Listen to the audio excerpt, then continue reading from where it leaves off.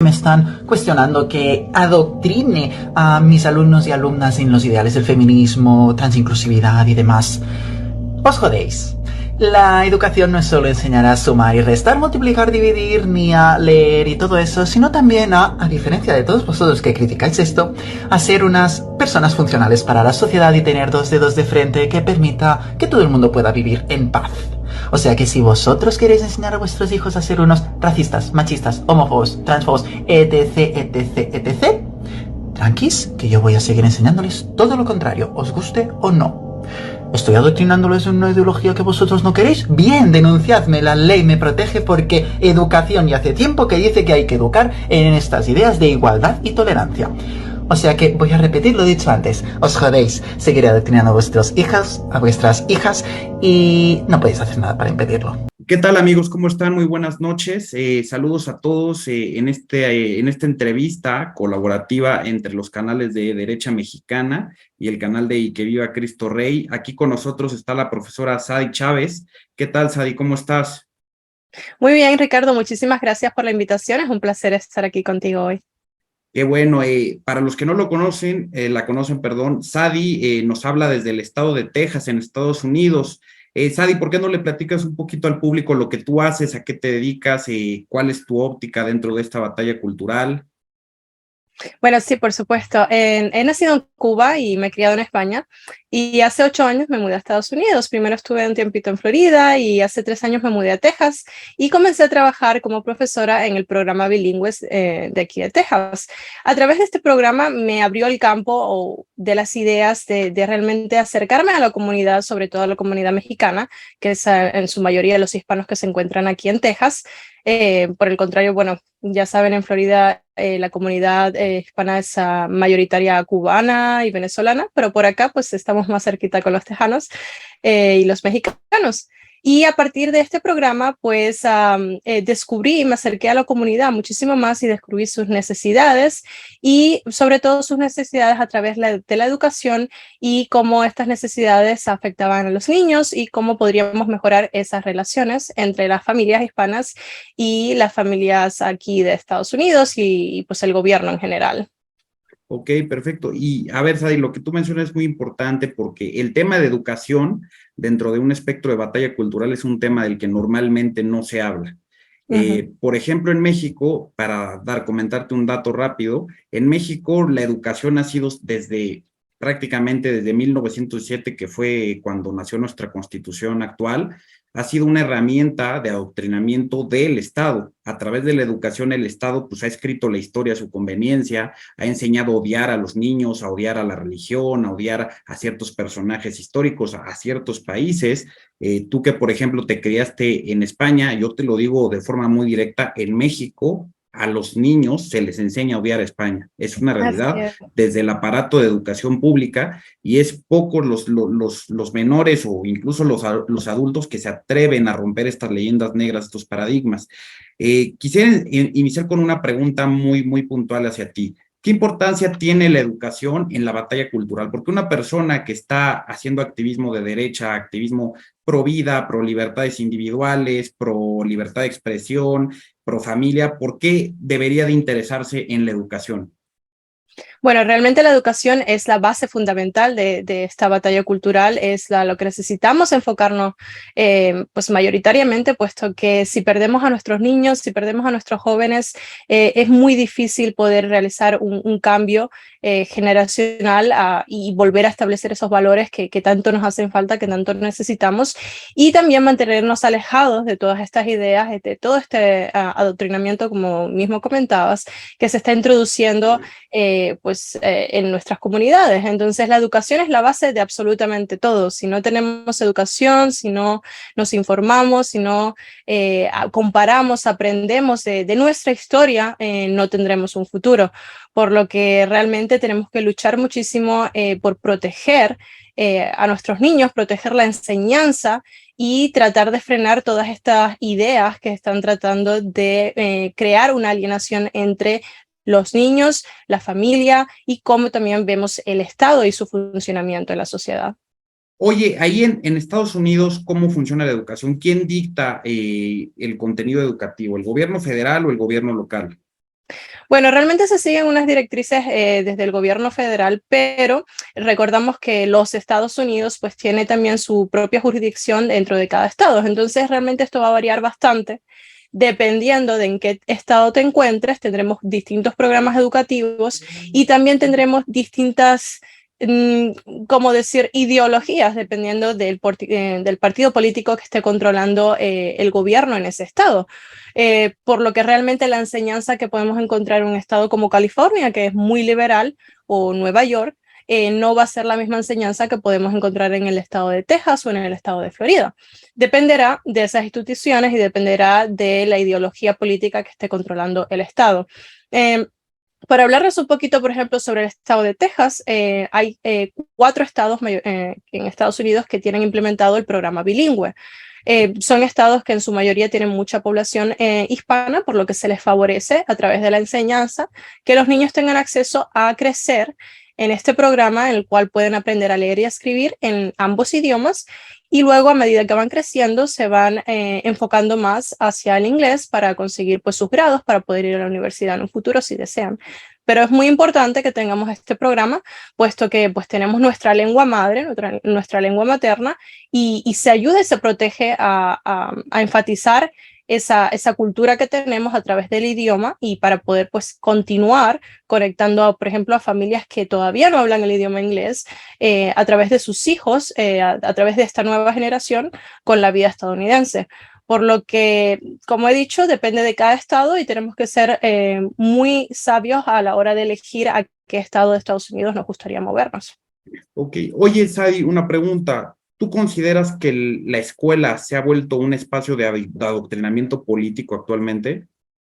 Desgraciadamente sí, Ricardo. Lo que hemos visto recientemente aquí en Estados Unidos es que precisamente como les comentaba, en estos estados que son mucho más liberales, incluso los que no lo son, ya se está viendo como todas estas ideologías avanzan, todo este adoctrinamiento en la enseñanza avanza.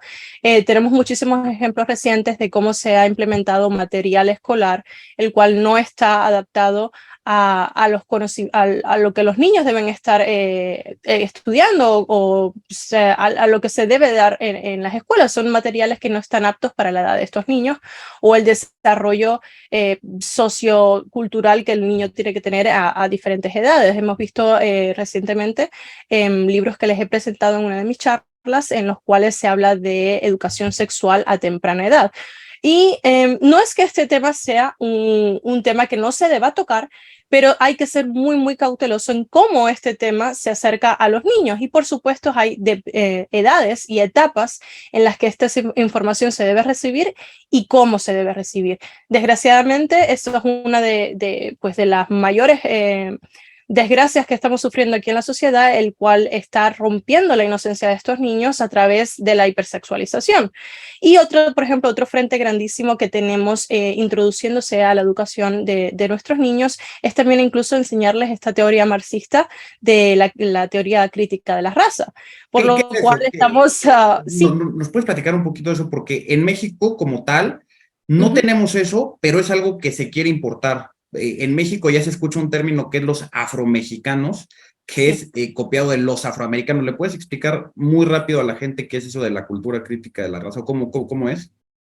Sí, bueno, se sabe que cuando la creación del marxismo, pues a principios de su fundación se creó, pues la primera división social que se quiso crear fue la económica. A través pues esta división social económica se dividían a los pobres de los ricos y a través de esto se les confrontaba. Cuando luego esto avanzó un poco más y no tenían cómo controlarles de esta forma, comenzaron a enfrentar pues a los géneros, a hombre contra de mujer.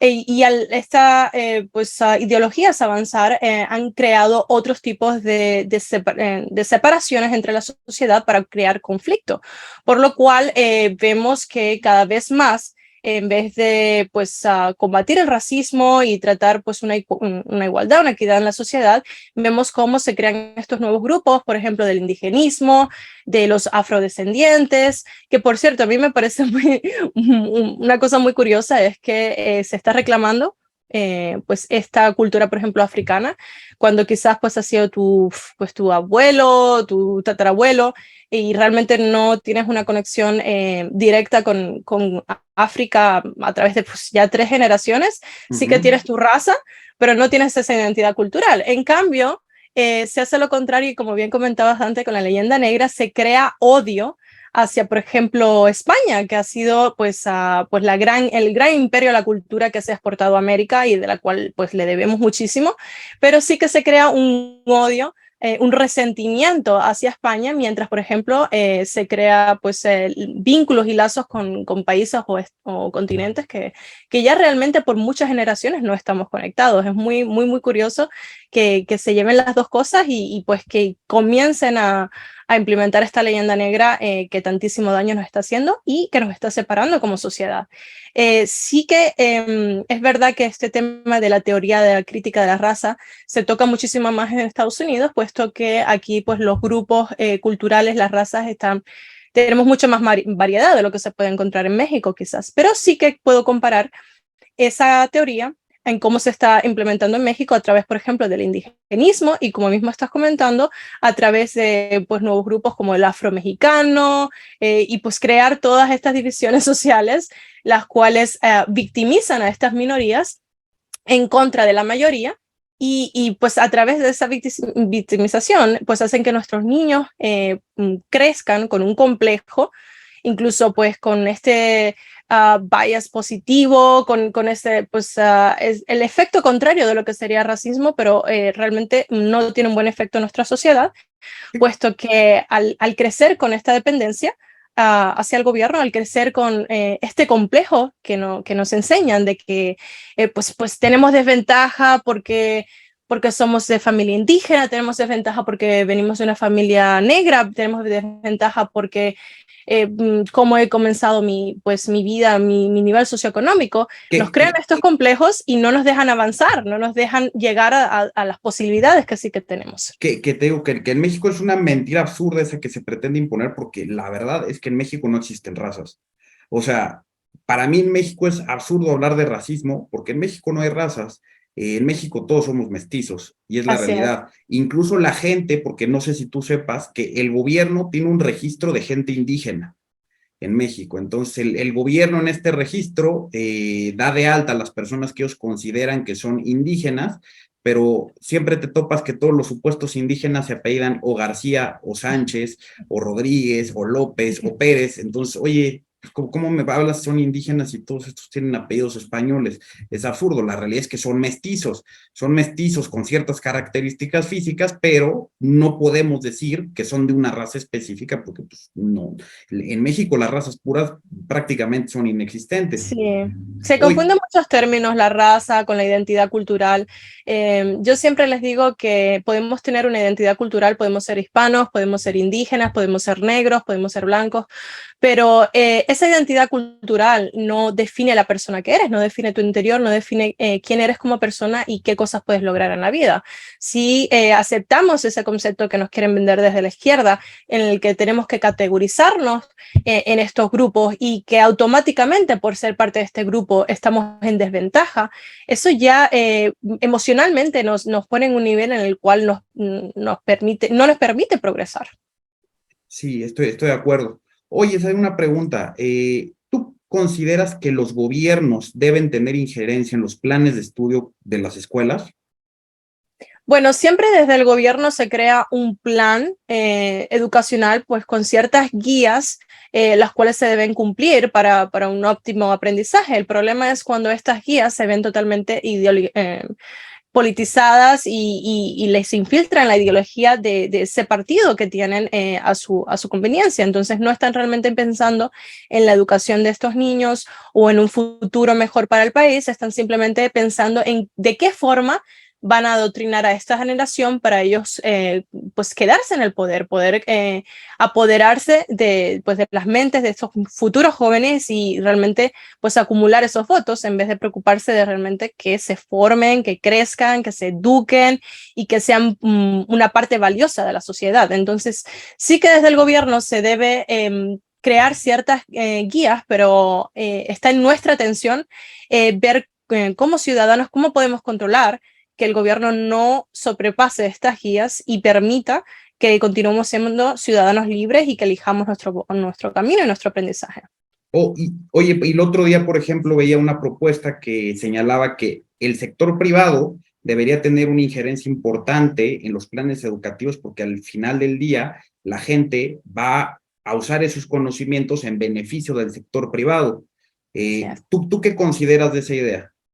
Me parece magnífico porque creo que es la realidad que deberíamos vivir. Deberíamos centrarnos en cómo vamos a crecer, en qué nos vamos a formar para realmente adaptarnos de mejor forma al mercado laboral que es parte de nuestra generación. En cambio, si creamos, por ejemplo, como Estados Unidos ha hecho, todo este tipo de carreras, las cuales realmente solo están adoctrinando soldados para que repitan sus filosofías y realmente no tienen una salida laboral específica, estos jóvenes se endeudan muchísimo con miles y miles de dólares estudiando pues carreras universitarias, género, ¿no? Así es, carreras universitarias que realmente cuando terminan y dicen, wow, me he esforzado muchísimo, bueno, he estado 4 o 5 años estudiando esto, me he gastado muchísimo dinero y ahora resulta que yo con esto, ¿a dónde voy? ¿Cómo voy a hacer mi vida? ¿Cómo voy a trabajar? Tengo una deuda inmensa, ¿qué voy a hacer con mi futuro? Entonces sí que es muy importante que el sector privado se acerque a las comunidades, se acerque a las universidades, propongan pues cambios y carreras que realmente puedan conectar a estos estudiantes con el mercado laboral real. Eso es lo que se debería hacer. Y además también hay dos ideas que a mí me encantan que comienzan desde la edad temprana de la educación. Son dos ideas que protegen, uno, el derecho de los padres y otro, el cómo elegir esas instituciones educativas. El primero es uno que se ha creado desde el partido Vox en España y se llama PIN parental, el cual a través de este PIN parental se permite que los padres se involucren muchísimo más en el contenido que se está proporcionando a sus hijos en las escuelas y ellos tengan el poder, el derecho de decidir si ellos quieren que sus hijos asistan a estas actividades o no, que no son parte del currículo esencial. Que no son parte pues, de la literatura, de las matemáticas, de las ciencias. Entonces así se evita que se les adoctrina a los niños con temas que realmente no son relativos a la educación o a lo que el colegio se debería dedicar. Esa es una muy buena idea que a mí me ha gustado muchísimo. Y la otra es que pues se creen unos cheques y ahí pues volvemos al tema de qué debería hacer el gobierno o no en cuanto a educación y que a través de estos cheques no te toque ir a la escuela pues que el gobierno te adjudique, sino que los padres recuperen el derecho y la libertad de elegir a qué centro sus hijos, quieren que sus hijos asistan dependiendo de sus intereses, de pues, su religión, sus valores. Con esto devolvemos otra vez a las familias el poder de decidir sobre la educación de sus hijos y creo que también se genera una competencia sana en los centros educativos en los cuales... Ese es el famoso modelo finlandés, ¿no? Así es, en los cuales pues incentivas esa competencia naturalmente, los centros van a competir por tener o ofrecer la mejor educación y así de esta forma los padres van a tener muchas más opciones y todos ganan realmente. ¿Cuál crees que debe ser el involucramiento de los padres de familia dentro de las escuelas? ¿Hasta qué punto un padre debe estar interesado o más bien influenciando los temas que se dan a los hijos? Y te lo pregunto en especial porque a diferencia de México, Estados Unidos es una nación mucho más pluricultural que México. Entonces, a mí en México se me haría más lógico que los padres de familia intervinieran porque pues, tenemos la misma cultura, hay una manera muy general, muy similar de ver el mundo, de un sistema de creencias, de valores bastante más tasado. Pero, ¿qué pasa en Estados Unidos? ¿No chocaría, por ejemplo, los valores de distintas familias culturalmente hablando, una intervención de los padres en las escuelas? ¿Cómo se fijan esos límites? Bueno, realmente se crean organizaciones dentro de cada distrito escolar, en los cuales tienen una parte que representa a la institución educativa, una parte que representa al gobierno y luego una parte que representa a los padres. En este comité que se crea, los padres, pues siempre lo óptimo es que encontremos personas que representen pues más o menos a cada grupo, cada colectivo, a cada minoría. Y que realmente a través de esa voz se llegue pues a un acuerdo, se lleguen a ciertos acuerdos que permitan que estos niños tengan una educación óptima. Y en cuanto a tu pregunta, sí que me parece esencial que los padres se involucren lo máximo posible con el centro educativo al que sus hijos asisten, que estén informados de qué se imparte, de qué materiales se le imparten a sus hijos, que esté involucrado en las organizaciones de padres y maestros, que trate de asistir a esas reuniones para estar presente en la vida educativa de sus hijos, y también recordarle a estas instituciones educativas que ellos están alerta de qué es lo que ocurre con sus hijos y que a sus hijos, pues en ciertos temas ellos los educan en casa y que ellos están poniendo a sus hijos a disposición del centro para que sean educados en los materiales y los valores que ellos necesitan impartir sin sobrepasar ciertas líneas. Oye, a ver, una pregunta sobre México y te pongo un contexto. En México hay un gran problema respecto a la educación en las familias, que es el tema económico. ¿Por qué? Porque en México tienes al papá y a la mamá, por regla general, trabajando ambos, jornadas que llegan desde las 10 hasta las 14 horas, ya contando tiempos de traslado entre la casa y el trabajo, y son situaciones que imposibilitan totalmente que pueda haber un involucramiento de los padres de familia en la educación de los hijos. O sea, literalmente te lo digo, en México es muy común que a los niños los eduque pues, una escuela, en primer lugar, que puede ser pública o privada, sale a las 2, 3 de la tarde y el resto de la educación que recibe en casa es del internet o de la tele. ¿Cómo crees que se podría lidiar con esta situación en la que es física y económicamente imposible para los padres estar pendientes en la educación de los hijos? Sí, así es, realmente es una situación muy común y muy desafortunada que muchas de las familias hispanas pues confrontan, y pienso que era una situación tan delicada como esta en la cual pues simplemente por trabajo, por economía, no les permite estar tan presente como les gustaría en la vida de sus hijos o en su educación. Pues sí que pienso que es muy importante tratar al menos de mantener esa relación, esa comunicación con su hijo y también con el entorno, con la comunidad, y aprovechar esos momentos, esas instancias que tienen para quizás votar, ejercer su voto, ejercer su voz, pues en estas organizaciones, tanto en la escuela como a nivel gubernamental, las cuales ellos por lo menos se pueden asegurar de que un candidato que les represente sus valores, sus ideas, llegue a ejercer su posición y pues valore estas ideas que los padres todavía mantienen en casa. Entonces, y que la lleve al sistema de educación. así es. Entonces el trabajo está en que si no podemos estar presentes, por lo menos asegurarnos de que podamos ejercer el derecho al voto y que pongamos en esa posición a una persona que pueda representar esas ideas y que vigile que estos centros educativos pues mantengan ciertas líneas que realmente representen los valores de estas familias hispanas. Muy bien. Oye, por ejemplo, aquí, no sé si lo sabes, pero está cambiando el sistema educativo a raíz del encierro. Se está cambiando un sistema de grados por un sistema de fases. Se acaba de nombrar una nueva secretaria de educación a nivel federal, que es la persona, la burócrata encargada de todo el tema educativo. A ella se le preguntó en una entrevista hace poco, oye, ¿cómo un niño de segundo de primaria, que sería en la educación básica, en la elementary school, para que me entiendas, aprendería a sumar? Ella respondió, no podría contestar eso. O sea, la secretaria de Educación. En México hay un gran problema, que se está centrando el contenido educativo más en una cuestión ideológica. Por ejemplo, yo tuve oportunidad de hojear los libros de educación básica que están en internet y me llamó mucho la atención de que hay capítulos enteros que le enseñan a las mujeres a victimizarse. Les dicen que literal ellas son víctimas de violencia, que siempre han sido víctimas de violencia, que deben hacer algo al respecto. Incluso me topé en los libros de los niños de 11 años que hay prácticas escolares que consisten en hacer protestas.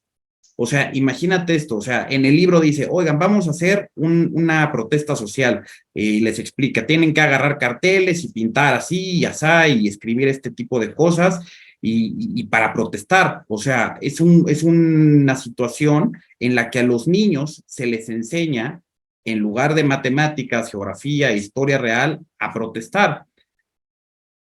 Así es muy desafortunado. ¿Tú cómo crees que se podría incentivar en los niños y adolescentes un razonamiento crítico? Bueno, esto es muy importante porque realmente, y es lo que está fallando la educación, a un niño en la enseñanza se le debe tratar de explicar las herramientas para que él por sí mismo desarrolle, pues como comentabas, un pensamiento crítico, el cómo pensar.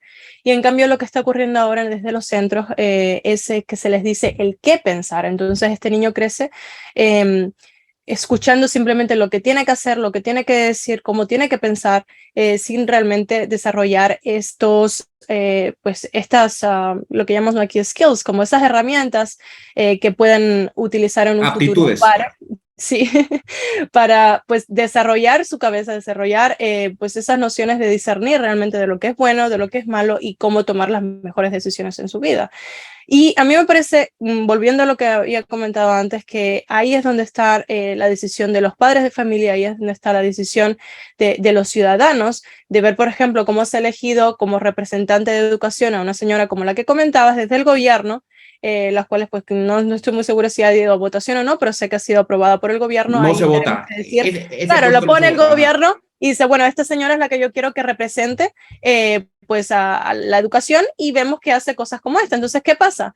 Ahí es donde nosotros como ciudadanos debemos actuar, debemos poner el freno y debemos decir, nosotros no estamos eligiendo esto no me representa, las próximas votaciones de gobierno debemos actuar, debemos cambiar lo que está ocurriendo y debemos elegir personas que hagan un mejor trabajo en nuestra sociedad. Entonces ahí es donde está la oportunidad de crear esos cambios y por supuesto como comunidad y como sociedad, pues continuar dando esta batalla cultural tan importante que nos toca a los conservadores de preocuparnos muchísimo por la cultura. Es algo que incluso Agustín Laje recientemente estaba comentando y me parece muy sabio de su parte. Es como la diferencia de cómo la derecha, desgraciadamente por muchas generaciones, no les interesó, no se preocuparon de la cultura y de la enseñanza y se dedicaron un poco a ser más individualistas, a los negocios, a la prosperidad, dejaron este sector a un lado y esa fue la oportunidad de la izquierda, de los marxistas, de implementarse a través de la cultura de forma muy fuerte en varias generaciones, las cuales ahora está siendo muy difícil pues abrirles los ojos, enseñarles que estos métodos, que estas cosas como sociedad nos van a llevar a un camino muy desgraciado, a una bancarrota no solo económica, sino social. Entonces sí que es muy Y hasta importante. espiritual, ¿no? Casi, casi. Así es, y hasta espiritual. Bueno, es que ya vamos a ver como que eso es como Nicaragua, en el cual ya totalmente se está prohibiendo hasta las religiones, están echando a los padres de las iglesias, están echando a los grupos de monjas de Nicaragua, se está haciendo una guerra en contra pues de los ciudadanos y de la fe. Entonces no podemos permitir que, por ejemplo, un país como México, que es tan fundamentalmente católico, cristiano, lleguemos a estos extremos. Debemos poner un freno y pues abarcar todas las áreas que necesitamos para combatir, para dar esta batalla cultural y por supuesto desde la educación, desde la cultura, desde la economía, desde la familia, las pequeñas comunidades, los centros y como comentaba, ejerciendo el voto, que es muy importante para hacer un cambio real en el país. Que los que nos ven recuerden una cosa, que uno de los postulados de Marx en el manifiesto del Partido Comunista es que precisamente las religiones son un medio de dominación hacia la clase oprimida. Decía que era el opio del pueblo la religión. Entonces, que no nos sorprenda tanto que los gobiernos de tinte socialista, de izquierda, busquen continuamente a través del aparato de la educación pública o privada y el control que ejercen sobre ella, acabar con toda noción de posible religión. Como te comentaba, Sadi, en México es algo que lleva ocurriendo desde ya prácticamente 100 años. Y así como se le enseña a los niños a odiar a España, se les enseña a odiar al clero. ¿Por qué? Porque toda nuestra mística histórica está construida alrededor de ver a la iglesia como el enemigo. No sé si has oído en México que se exalta mucho un hombre que se llama Benito Juárez. Benito Juárez se le exalta porque le robó sus cosas a la iglesia. O sea, esa es de fondo la causa por la que él es considerado un héroe histórico, porque se opuso a la iglesia y les expropió todo lo que tenían. Otro tema es Porfirio Díaz, que fue otro presidente que intentó unir un poco otra vez y respetar las religiones y unir a los mexicanos en torno a una fe, pues se le ve como un enemigo también, en parte por esa razón. Sadi, ¿tú cuál consideras que debe ser el papel de un profesor dentro del aula? Porque ya hablamos del papel del estudiante, del padre de familia, del gobierno. ¿El profesor qué pinta aquí? ¿Qué debe hacer un profesor? Profesor, para empezar, debe de tener ética, tiene que tener valores y debe respetar ciertas guías, las cuales no debe superar, y es el inmiscuirse en lo que le corresponde a la familia, pues educar a ese niño. El profesor está para ser una guía intelectual, darle las herramientas a ese niño para que desarrolle sus capacidades de pensamiento crítico, de conocimiento, de cómo buscar información, de cómo aprender a leer, a escribir, a hacer matemáticas, ciencia. Debe ser una figura, un rol que represente pues la guía para ese niño para desarrollarse hacia la edad adulta. En ningún caso el profesor debe ser una persona que adoctrine, una persona que involucre su vida personal o sus decisiones personales en el aula, o que pues brinde temas que no están relacionados con la educación al aula, pues aislando a estos niños de sus padres y endoctrinándoles en ciertas pues ideologías que realmente están siendo nefastas en nuestras comunidades. Realmente nuestra generación, al menos en la mía, yo crecí en un modelo educativo en el cual yo no sabía si mi profesor estaba casado o estaba separado o estaba divorciado, si tenía hijos, si yo no sabía realmente nada de la vida privada de mis profesores, pero sí que les admiraba mucho, me apoyaron muchísimo durante la enseñanza, me ayudaron a adquirir estas herramientas, este aprendizaje, pensamiento crítico, y les guardo muchísimo cariño. Pero ellos nunca me excluyeron su vida personal o política o ideologías políticas dentro del aula. Creo que desgraciadamente, o por lo menos como lo estamos viendo aquí en Estados Unidos, es algo que cada vez más está ocurriendo, el cual el profesor pasa de ser una figura hacia la que admirar o una guía, a ser como si fuera un amiguito de fuera de la escuela, el cual te está contando su vida privada, su ideología política, pues sus decisiones Un propagandista. personales. Así es, o sea, realmente no está haciendo lo que es un profesor, y como mismo pues tenemos la tradición de decir papá y mamá son papá y mamá, no son amiguitos, pues es lo mismo que ocurre con un profesor o con un adulto que nos está enseñando, que nos está guiando en la vida. Entonces tenemos que separar muchísimo esto, y tenemos que como padres ser muy cautelosos de qué profesores tienen nuestros hijos y de cómo están pues ejerciendo esa influencia tan importante que nuestros niños van a tener para su formación. Debemos volver un poco a las raíces de la educación clásica, de la figura del profesor que tenga una ética, unos valores, un respeto, y que solo pues funcione como una guía de desarrollo para ese niño y no como pues una plataforma de propaganda y de adoctrinamiento hacia sus ideas políticas. Perfecto, Sadi. Una última pregunta. ¿Tú consideras que la escuela privada, el colegio privado es una solución? Te pongo un contexto sobre México. En México, pues el sistema de educación pública, todo el mundo sabe que es muy malo. Y la verdad es que la mayoría de la gente que va al sistema de educación pública es porque verdaderamente no puede costearse un sistema privado. O sea, en el sistema de educación pública, los padres de familia incluso se juntan para llevar papel de baño, porque no hay papel de baño en los baños. Se juntan para llevar jabón, para llevar cosas de higiene personal para los niños. ¿Y esto qué ha ocasionado en México? Un fenómeno. El fenómeno consiste en las llamadas escuelas o colegios patito, que así les llamamos, que son colegios que tienen muy mala calidad, por lo mismo de que la competencia es muy, muy baja. No hay una calidad en las escuelas, y esto va desde la educación básica hasta la educación universitaria. Cualquier hijo de vecina en México agarra y se monta una escuela y se hace un negociazo al amparo del gobierno. Y esto ocasiona obviamente un deterioro. Recientemente estaba viendo los resultados de la calificación esta de PISA, de la prueba PISA de los países de la OCDE. México siempre está en el top 3, pero de los últimos lugares. Estados Unidos vi que bajó y me preocupó porque vi que bajó, creo que ahora estaba en el 5º lugar o el 6º, cuando antes estaba siempre en el top 3. estoy seguro que tiene que ver con el tema de la ideología, pero ¿tú crees que las escuelas privadas pueden ser una solución o pueden llevar a un vicio si no se busca generar una buena calidad en ellas? Pienso que de cierta forma puede ser una solución, pero no la única solución. Como estábamos comentando anteriormente, una de las ideas que más me gusta que se aplicasen a la enseñanza es pues la creación de estos cheques personales a los padres, los cuales les va a permitir a ellos decidir a qué centro les gustaría enviar a su hijo.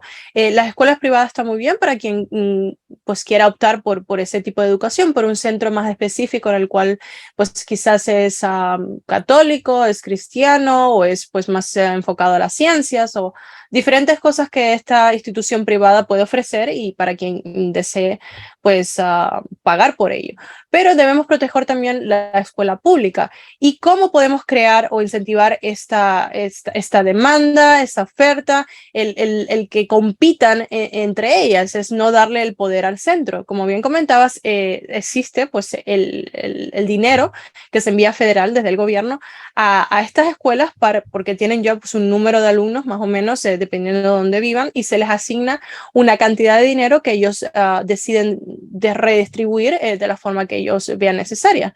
Si eliminamos esto y en vez de que el dinero vaya directamente a los centros, se les dé a los padres para que ellos decidan a qué centro enviar a sus hijos, ahí devolvemos el poder a las familias y hacemos que estos centros comiencen a prosperar y a competir para poder obtener ese dinero de los padres. No es un dinero que vayamos al banco y nos vayan a dar, pues no sé cuántos pesos y ahí pues nosotros hacemos lo que nos dé la gana. No es así, se crea un sistema de cheque. Es un cheque escolar, el cual pues sabemos que a cada alumno por año de la escuela pública le pertenece cierta cantidad de dinero y con ese cheque se le da a los padres pues comienzan a elegir a qué centros ellos quieren enviar a sus hijos. Como un vale. Así es un vale. Se les, pues inmediatamente estoy seguro que los centros se pondrán las pilas, como decimos, y dirán, bueno, nosotros necesitamos recuperar ese dinero para poder operar, para poder subsistir. Entonces, ¿qué podemos hacer para mejorar? Para ser competitivos y que los padres decidan enviar a sus hijos a este centro en específico y no pues al otro que está pues a 4 cuadras más abajo. Es muy buen sistema, todos salen ganando y se crea una competencia sana dentro de una institución pública. Sabemos que cuando el gobierno acapara ciertos sectores se monopolizan y desgraciadamente normalmente bajan muchísimo la calidad. Es una forma de atraer pues esa idea privada, esa idea de capitalismo, de competición dentro de una institución pública para que pues funcione de una mejor forma y de una forma más libre. Y déjate comento, en México tenemos un problema adicional a ese, que es un problema que es prácticamente criminal. En México la educación está secuestrada por un sindicato de maestros público que es, para que lo pongas en contexto, el sindicato de maestros de la educación pública es el sindicato más poderoso de América Latina. Su ex líder era una maestra que se llama Elba Ester Gordillo, que es una criminal, es una mujer que es estúpidamente rica, se ha enriquecido de una manera que es vergonzosa a costa del sindicato que tiene aquí en México. Tiene propiedades ahí en tus tierras, en Texas, tiene una mansión, tiene otra en un departamento en Nueva York, tiene en Florida, y todo a costa del sindicato de maestros, que literalmente les quita a los maestros parte de su salario para los gastos del sindicato, y es un sindicato que tiene secuestrada la educación. Incluso te doy más contexto. Hace aproximadamente 20 años que esta mujer estaba en el cenit de su poder, un presidente no llegaba al poder si no tenía el visto bueno de este sindicato. Por lo mismo, para los que nos ven y piensan que México alguna vez fue de derecha, pues piénsenlo 2 veces, porque un gobierno de derecha jamás se va a dejar así influenciar por los sindicatos. Entonces, es un problema también. Lo que tú dices me parece sumamente valioso y me parece que tú estás dando una fórmula que la gente que nos ve debería escuchar y debería de tomar mucha nota de ella y anotarla y llevarla a las propuestas que se pasan a través de los legisladores. Pero yo pienso que una fórmula muy ganadora sería complementar eso con una estricta y una así radical prohibición y disolución completa de este sindicato que es el CENTE, que tiene secuestrada la educación de este país. Así es, así es. Y por supuesto, pues abogar porque se creen juntas escolares en las cuales los padres tengan muchísima más decisión de voto y participación. No se puede pues monopolizar esa decisión o ese poder, como bien dices, en un sindicato que controle pues a la institución educativa y controle pues la enseñanza y lo que los padres consideran o no. Debemos tener un balance y sobre todo ese balance tiene que venir de parte de los padres. Se deben crear instituciones en las cuales los padres sean los que pues se reúnan en comité y decidan, voten por su futuro, por el futuro de sus hijos, por las decisiones clave en la enseñanza y no a través de los profesores. Los profesores realmente pues ya tienen sus salarios y son parte del gobierno y eso es como ellos tienen que ejercer. Ellos pueden reunirse de forma aislada para pues tocar temas de enseñanza dentro de lo que es su propia institución, pero no deben tener o llegar al poder de decisión, de tomar todo pues ese dinero y decidir en todo el futuro de la educación sin contar con el consentimiento de los padres. Entonces, empecemos por darle el poder de vuelta a los padres, empecemos por crear organizaciones de padres que representen a sus hijos, a los intereses de su familia, a sus valores en las escuelas y eliminar o tratar de eliminar este tipo de sindicatos que realmente nos está haciendo muchísimo daño o al menos pues apaciguarlo, combatirlo a través de pues, la creación de estos comités de padres. No podemos dejar que una sola persona mantenga el poder. Perfecto. Pues bueno, te agradezco mucho, Sadi. De nuevo, muchas gracias. Es muy valioso lo que nos compartes. Te digo, es un tema que normalmente no se toca. Hablamos mucho sobre tema de perspectiva de género, sobre pañuelito verde, sobre tema arcoíris, pero yo pienso que lo que tú haces, y de nuevo te agradezco mucho, es algo muy, muy valioso y que puede ayudar en gran medida a sentar las bases de rescatar a nuestra población, porque los jóvenes y la educación que reciben es lo fundamental para el futuro de todas nuestras naciones. Y de nada nos va a servir que convenzamos a muchos adultos de que la batalla cultural es real si no empezamos por evitar que esos jóvenes que hoy están en las escuelas, en la educación básica, se conviertan un día en adultos ideologizados. Te agradezco mucho. A los que nos están viendo, no olviden dejar sus comentarios, sus preguntas, darle like a este video y suscribirse al canal. Les agradecemos mucho su atención y les deseo que pasen una muy, muy buena noche. Muchas gracias. Gracias, Ricardo.